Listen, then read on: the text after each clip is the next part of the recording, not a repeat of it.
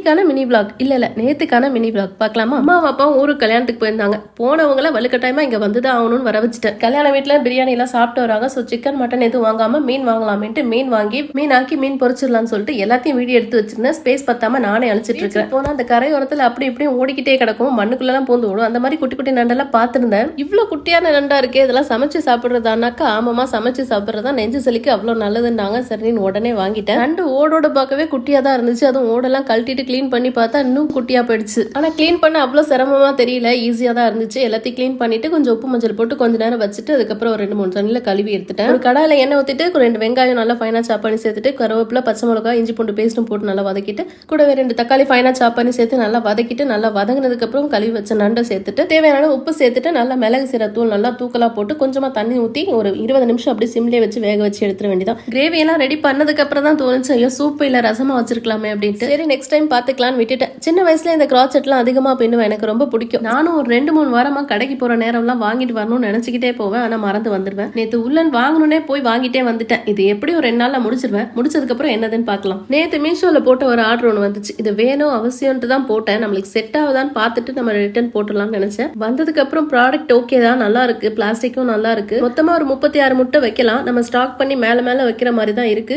ரொம்ப காம்பாக்டா இருக்கு. இந்த ரேட்டுக்கு இது பெஸ்ட்னு தான் சொல்வேன். உங்களுக்கு வேணும்னா கம்யூனிட்டில இருக்கு, லிங்கை செக் பண்ணி பாருங்க.